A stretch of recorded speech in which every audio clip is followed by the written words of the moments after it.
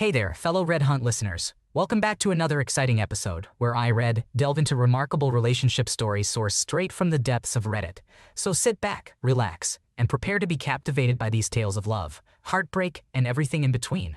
Oh, and don't forget to hit that subscribe button and join our ever-growing community. Am I the antagonist for telling my parents they should focus less on titles and more on accepting our family as it is? My parents got married when I was 5 and my stepsister Rosie was 8. My mom brought me into the marriage and my dad brought Rosie into the marriage. My parents had my younger siblings Angel and Jonah together. Both Rosie and I lost our other parents to death. My original dad died when I was only a baby and Rosie's mom died when she was 6. When my parents first got married and for a few years afterward, I just said family and called Rosie my sister, dad my dad, etc. I never used step or anything, but Rosie did. She always called me her stepsister and made sure people knew that around her. She never called my mom anything other than her first name, and she never gave her a family title. She was dad's wife to Rosie from day one, and that has never changed. My parents were big on us all being one close-knit family, and while our late biological parents weren't hidden, there was an emphasis on how we were a family unit. While we might have some unique relationships, me with my biological paternal family and Rosie with her maternal family,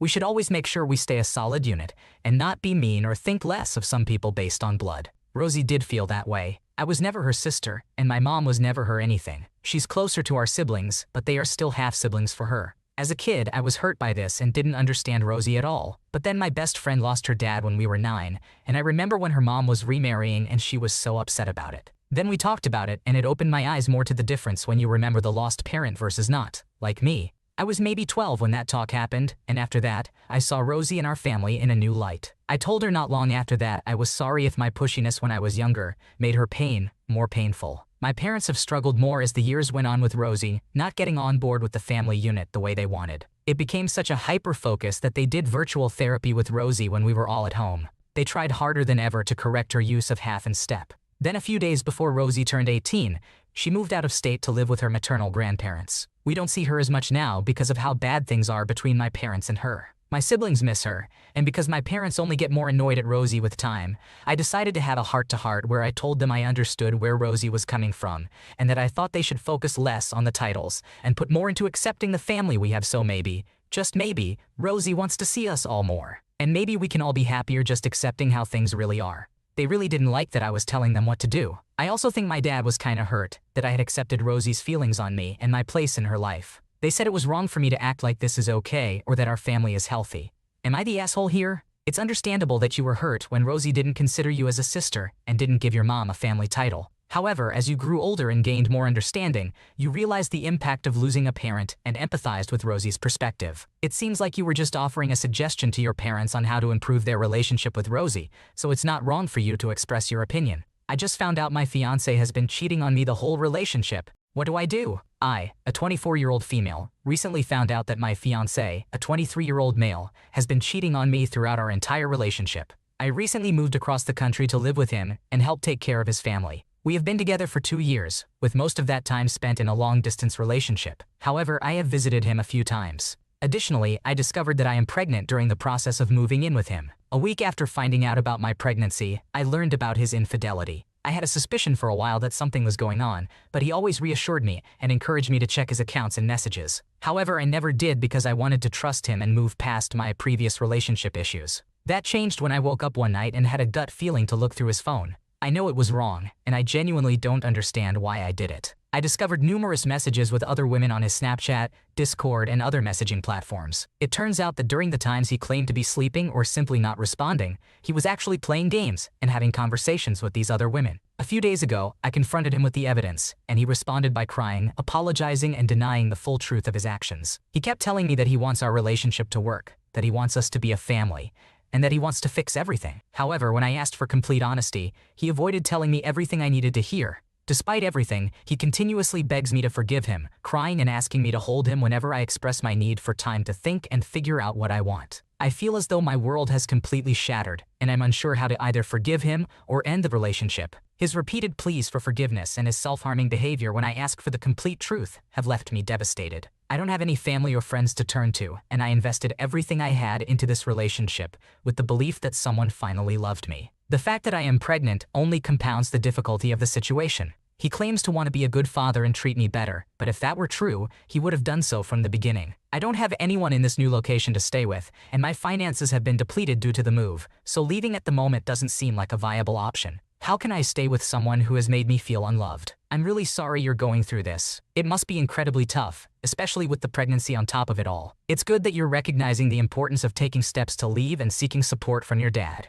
Just know that you deserve better, and there are people who genuinely care about you. Stay strong and take care of yourself and your baby. Am I the antagonist for shaving my son's head as punishment for bullying a kid with cancer? I, 36-year-old male, recently learned from my oldest son, 17-year-old male, that my youngest son, 15-year-old male, had been bullying a child with cancer at school. This news was surprising because the school never informed me, and my son had never displayed such behavior before. I confronted my youngest son about the bullying, and although he initially denied it, he eventually admitted to it. Trying to remain calm, I shared my own experiences of being bullied in school and explained the negative impact it can have on a person both physically and mentally. I insisted that he needed to apologize to the affected child upon returning to school. However, my son outright refused to do so. I asked my son if there was a reason behind his bullying, but he simply stated that he found it funny. My oldest son jokingly suggested that we shave my youngest son's head as a consequence. Surprisingly, I agreed, thinking it would be a fitting punishment. I gave my son two options. Either I would accompany him to school and make him apologize, or I would shave his head. My son chose the second option, and I proceeded to give him a buzz cut. During the haircut, my oldest son started laughing, which upset my youngest son to the point of crying. I then asked my oldest son to leave the room. After the haircut, my son became angry with me because he claimed that he wished harm on both me and his brother. I reprimanded him for saying such things, and he stormed out of the room. His brother went to check on him, and my youngest son expressed feeling betrayed, yelling at his brother to leave his room and confessing that he hates him. I defended my actions and my other son, explaining that my youngest son had the option to apologize, and this was the consequence he had chosen. I emphasized the serious issues surrounding bullying, especially when targeting someone with cancer. Despite my efforts, my son now refuses to communicate with me, stating that he never wants to see me again. This situation has also upset my oldest son, who blames himself for what is happening. He feels hurt that his brother expressed hatred towards him and regrets disclosing the information to me. I assured my oldest son that he did the right thing and that his brother would eventually come around. I entered my youngest son's room and reassured him that I did not mean to hurt him and that I love him. However, I stressed that actions have consequences. I expressed surprise at his behavior since I had never witnessed him acting this way before. He did not respond. I then suggested the idea of therapy, but I regretted asking when he accused me of thinking he was mentally ill and repeatedly asked me to leave him alone. I'm now questioning if I went too far. Perhaps I should have simply confiscated his phone or employed a different approach. It sounds like you were trying to teach your youngest son a lesson about the seriousness of bullying, especially towards someone with cancer. Shaving his head might have seemed like a good way to make him understand the consequences, but it seems like it really upset him. Maybe therapy could help him work through his feelings and understand why he acted out like that. Taking away his phone could be another potential consequence to consider, but it's hard to say what would have worked best in this situation. Am I the antagonist because I didn't stay at my own wedding reception after my sister-in-law had a tantrum? I am from the UK while my husband is from the US. We've been doing long distance for 2 years at this point where he comes to visit, and we were saving up for me to visit there, but it's expensive, and my son has school. Which if you've been on holiday in term time, you know it's 1,000 times more expensive than not. I've met my in-laws over video calls but not in person until a week before my actual wedding, whereas I'd met my husband at least 10 times in them 2 years of us dating, him staying with me 2 weeks or longer each time. When I got to America and we finally met the family, it was hard because they claimed they wanted to get to know me so many times but none of them actually tried to make conversation with me. They didn't ask questions, and they were all talking about things I had no idea on, as it was sports. Or something I couldn't even try to engage in, like reliving memories I couldn't really comment. And that sounds awesome or that's great, but they kept claiming they so wanted to get to know me outside. Other than that sounds awesome or that's great, but they kept claiming they so wanted to get to know me. The wedding day itself went great. We got ready, got married, and started partying kind of. Again, same situation, no one spoke to me. The only people who actually had conversations with me were my friends, and we went outside together while she had a smoke because I didn't want to be alone. Me and my husband spent most of our time together, and around 8 p.m. my friend left. No one was speaking to me and my husband much at that point. 9 a.m. rolls around and I get out of my dress and start trying to pack things up, so then there wasn't much that needed to be done at the end of the night. Well, that's when my sister-in-law realizes we're leaving and my husband is currently playing with my son, who is 5 years old, and his cousin too preoccupied to hear his sister scream at me, asking if we're leaving, like she was in severe shock. She screamed at me 3 times until she then stormed out and well threw a tantrum. My husband tried to go and calm her, but that didn't work, and she continued crying. When I let my husband know that the Uber is here and we gotta go, I was exhausted and extremely annoyed at this point after being screamed at and completely exhausted. I just wanted to leave, so I shouted to my husband that I'm leaving with or without him. I know it wasn't my brightest moment, but I was tired, especially with my body clock not changing either. We left, and now his sister is mad, her husband is mad and decided the wedding video he took of us. He said we can't have it because I was immature for not staying a little longer when I saw my sister-in-law was upset. I do understand her being upset, but at the same time, could she not have pulled us aside and had a civil conversation with us rather than screaming at me and throwing a tantrum like a child? Was I in the wrong here? Wow, that sounds like a really frustrating and awkward situation. It's tough when you're trying to make an effort to connect with your in-laws and they don't seem interested. And it's totally understandable that you needed some breaks from social situations due to your anxiety. It's a shame that your sister-in-law reacted in such a dramatic way instead of trying to have a calm conversation. My grandmother wants me out of family inheritance for not helping my brother. Basically, my grandmother always wanted a grandson. When I was born, she loved me as her firstborn grandchild, no doubt, but would always pressure my parents into producing a son. They had a second child, another girl, my sister, when I was 7. She was visibly disappointed. Then when I was 10, she finally had her wish completed when my brother was born.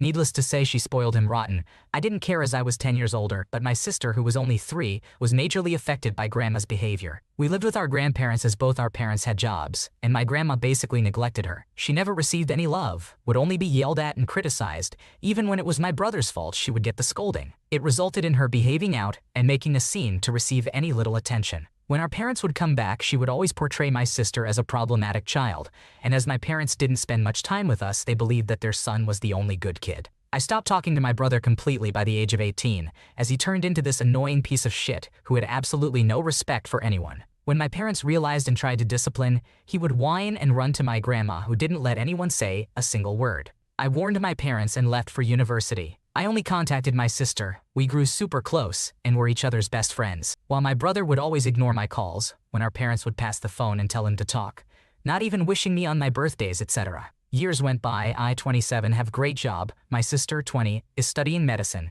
She passed with the best grades, got a scholarship, and I decided to pay the rest of her tuition and living expenses so she can focus on studies. While my brother, 17, is basically failing high school, and to make things worse, he knocked up his girlfriend. She wants to keep the baby, and my grandma expects me to help them as they will soon have a newborn. I refused and told her to take responsibility of her golden grandchild on her own. She told me my sister doesn't need my help and she can pay for her own expenses. I should rather give that money to my brother. It's my duty as his older sister to help him. I told her I only have one younger sibling and she is the only one who I will help. Well, she gave me an ultimatum saying if I don't help my brother, I won't be part of the inheritance. Should I just financially help my brother and his girlfriend, or just let him work for it? Damn, your grandma is really playing favorites. It's messed up how she neglected your sister and only doted on your brother. Good on you for cutting ties with him. Sounds like he turned into a real jerk. Your sister seems like an amazing person, and it's great that you're supporting her education instead of throwing money at your brother's irresponsible decisions. Stick to your guns and let your grandma figure out her own mess. Am I the antagonist for embarrassing my sister-in-law in front of a group of her friends and family at her birthday party? This incident occurred on Saturday and it was a turning point for me. However, let's start with some background information. I, a 27-year-old woman, married my husband Jay, also 27 years old, 2 years ago. We have been together for a total of 8 years.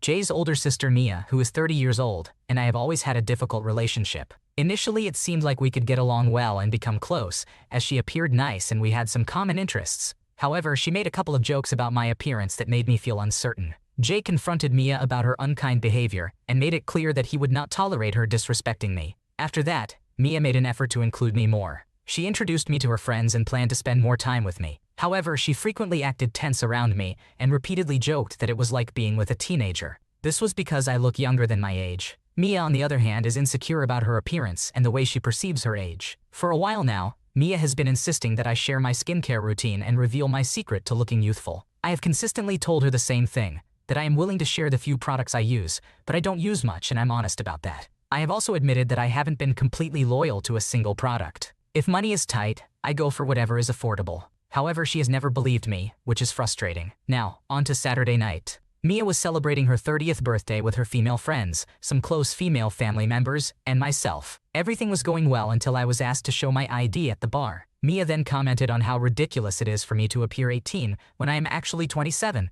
highlighting how lucky I am. She accused me of withholding my secrets and not wanting others to experience the same luck. Some family members jokingly acknowledged how frustrating it must be for me to constantly have my age doubted to the point of arguments, which has indeed happened a few times. Mia insisted that I share what I use. At this point, I was growing tired of her outbursts, so I shared my routine and even showed them pictures. However, Mia called me a compulsive liar and criticized me for being selfish and spoiled. She claimed that I should learn to be a better family member and friend. She also accused me of intentionally making her feel bad by always getting carded when I go out anywhere with her. Furthermore, she accused me of being anti-women girls and being the worst kind of woman. I reached my breaking point and told her that just because she was insecure about aging and looking her age, and not being 18 anymore, it didn't mean I had to tolerate her behavior. I reminded her that she is a 30-year-old woman and should be proud to celebrate aging instead of acting like a childish brat. I left immediately afterwards because I couldn't handle it anymore. Mia was furious and has since harassed Jay, claiming that I mistreated her and owe her an apology.